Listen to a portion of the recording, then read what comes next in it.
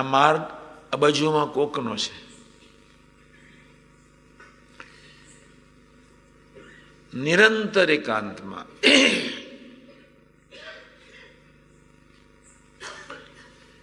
વાસન ઘસીએ, ભજન કરતા કરતા વાસન ઘસીએ, એકાંત કહેવાય. કોઈની વાત પોઝિટિવ સાંભળીએ, પોઝિટિવ આંખ જવા દઈએ, જમતા જમતા ઇવન 2-4 મિનિટ સંભાળતા સંભાળતા જમીએ, એકાંત કહેવાય.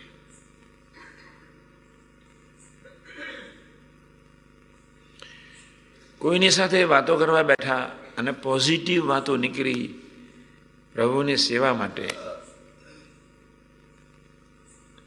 હું જાણું છું અને હું સમજાવું, એ રજોગુણ છે.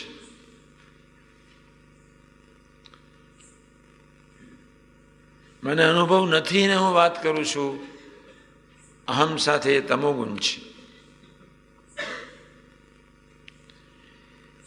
મને કંઈક મહિમાની ખબર પડી અને સમકક્ષાના મિત્રને મધ્ય 41 પ્રમાણે મીઠાશથી એક સેવા કરવાની ભાવનાથી વાત કરું,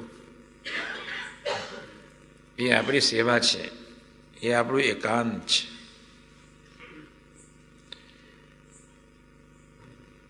એકના અંતને પામે એકાંતિક.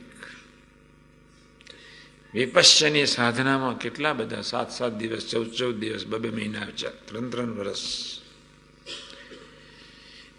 ભગવાન સ્વામિનારાયણે કરુણા વરસાવી દીધી છે એકાંતમાં રહેવાની. પણ એ હવે પ્રેક્ટિસ કરવી છે. તમે ગામડે જાઓ, તમારા શરીર કરતા તમારા સાથી મિત્રોની સાથે ડબલ પ્રેમ કરો, એનામ એકાંત કહેવાય. તમારા સાથી મિત્રો હોય, સમકક્ષાના ભેરું હોય, બીજા નવા છોકરાઓ હોય, ત્યાં સ્વના જાન પણ તમે ઓર્ડર કરો, આજ્ઞાઓ કરો, એ તામસી માન છે. એ જ ટાબોયા સાથે મીઠાશથી મહિમાથી વાતો કરો, એક સેવા કરવાની ભાવનાથી, એનું નામ એકાંત કહેવાય. અથવા એકાંતનો બીજો અર્થ છે, એનું નામ સંબંધ કહેવાય. આપણે ઘણા સજાગ રહેવાનું છે. ઠાકોરજીનો પૈસો તમારાથી વેડફાય અથવા તમે કપટ રાખ્યું અથવા તમારા દેહની જરૂરિયાતનું પોષણ કર્યું, એમાં થોડો વધારે પડતો ખર્ચ થયો, માનો કે દેહની જરૂરિયાત પૂરતો પૈસો વાપરી શકાય. બીમાર પડો તો શું કરો? દવા તો લાવવી પડે.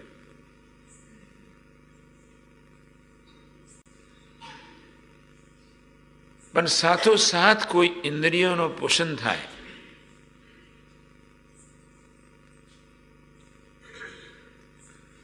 એ લક્ષ્મી તમને હદવાની નથી, સંબંધ તોડી નાખશે.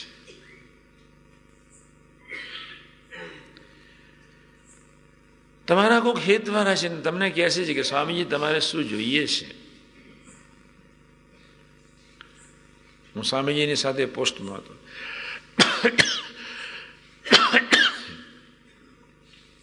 પરદેશના હરિભક્તો ને મારી સાથે ખૂબ પ્રીતિ,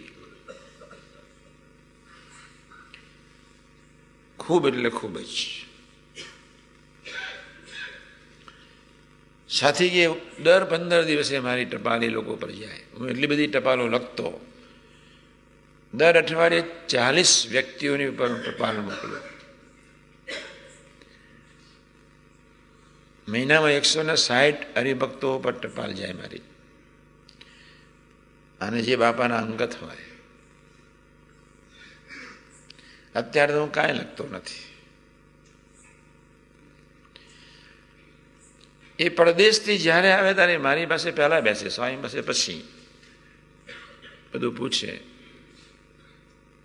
2-5 મિનિટ સ્વામીની વાતો કરો. મેં કહું ત્યાં તો ટપાલમાં છું, તમને કેવી રીતે વાત કરીશ? રાત્રે કરશો, હું સાનુકૂળતા હશે તો કરીશ. ગમે ત્યારે થોડો ટાઈમ કાઢજો ને. બપોરે 20 મિનિટ નીકળે ન સો. એ હરિભક્તો એટલું બધું કહે કે તારા માટે પેન મોકલાવું, શર્ટ મોકલાવું, શું મોકલાવું, તારે શું જોઈએ છે, બાપા માટે શું મોકલાવું. મેં કહું બાપા માટે જે મોકલાવાનો હોય ઈશ્વરચરણ સ્વામીને પૂછો. મારે માટે મોકલાવાની જરૂર હોય તો હું ટપાલમાં જ્યારે લખું ત્યારે મોકલાવું છું. 300-400 હરિભક્તોએ મને પૂછ્યું હશે કે તમે તારા માટે હું શું મોકલાવું. અને ખમીસ તો હું પહેરતો નહીં. મસ્ત ફકીર માણસ. સ્વામી સાથે બેઠો એટલે ફૂલ સેન્ડોય ના હોય, આટલું બધું પેલું પટ્ટીવાળું. પાછળથી સ્વામી બહુ હસવા લાગે. પછી પેલું પાછું અહીં સુધીનું લાવ્યો. આ ડોહલો હસે છે ને મને ગમતું નથી. હું એક લક્ષ્મી છાપની બંડી આવતી ને મારો લેઘો બિચારો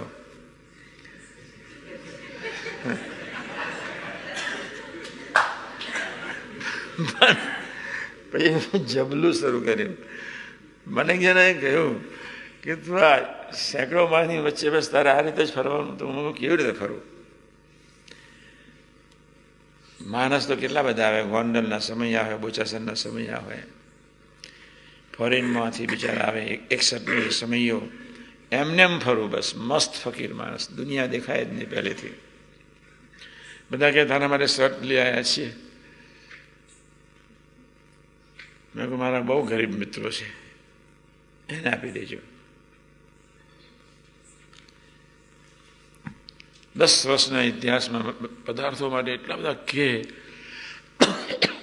ટપાલ બી હું લખું, એ લોકોને છાસ બી હું પાઉં, પાનનું બીડું બી પહોંચાડું, સાથે બેસીને 5-10 મિનિટ ગોષ્ઠી બી કરી રાખું. મેં એ લોકોનો એક નયા પૈસાનો પદાર્થ નહીં વાપરેલો. હું એક જ વિચારમાં હતો કે હાડકાને, ચામડાની, કોથળીને જે જરૂર નથી એને નહીં આપવાનું. બોડી શું? તમારું શરીર એટલે શું?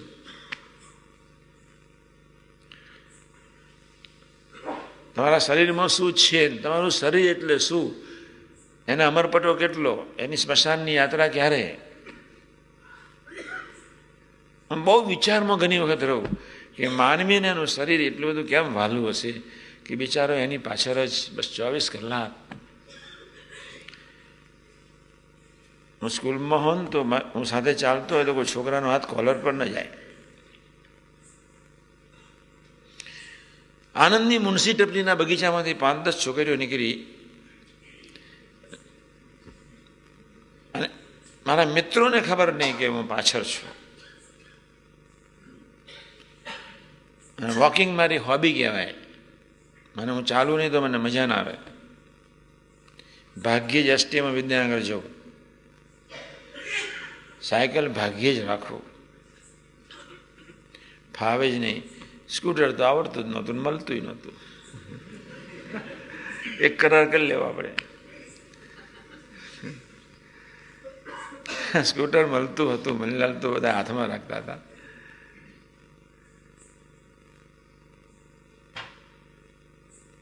આ લોકો જાય ને છોકરીઓનો બગીચામાંથી આમ નીકળવું એટલે આ લોકોએ 8-10 જણાએ ડિરેક્શન બદલીને એમની તરફ જવા લાગ્યા. હું થોડો ઊભો રહ્યો. મેં આપણી સ્પીડ થોડી ઘટાડી દીધી. બધાના હલનચલન જોયા. ત્યાંથી પછી જલ્દી પસાર થયો.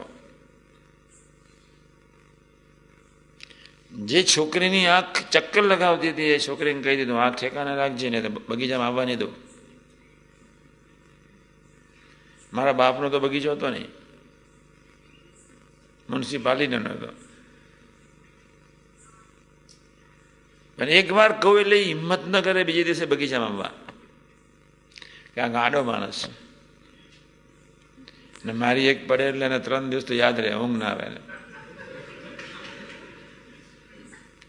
ચોથી તો માગે નહીં બિચારી. એને તો એટલું જ કહ્યું, પણ 3ને તો એવી પ્રસાદી આપી. મને કે તું પાછળ હતો? મેં કહું તું ન કહીશ, હું તો છું જ તમારી પાછળ, પણ ભગવાન કોઈથી છેતરાતા નથી.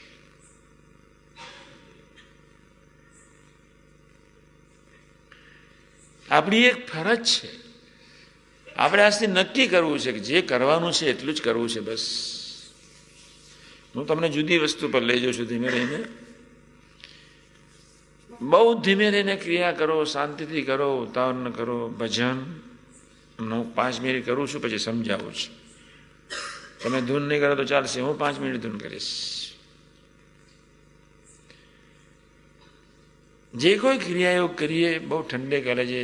અહો ભાવે 33 કોટી દેવતાઓને જે સેવા ના મળે, અને એ સેવા આપણને મળી.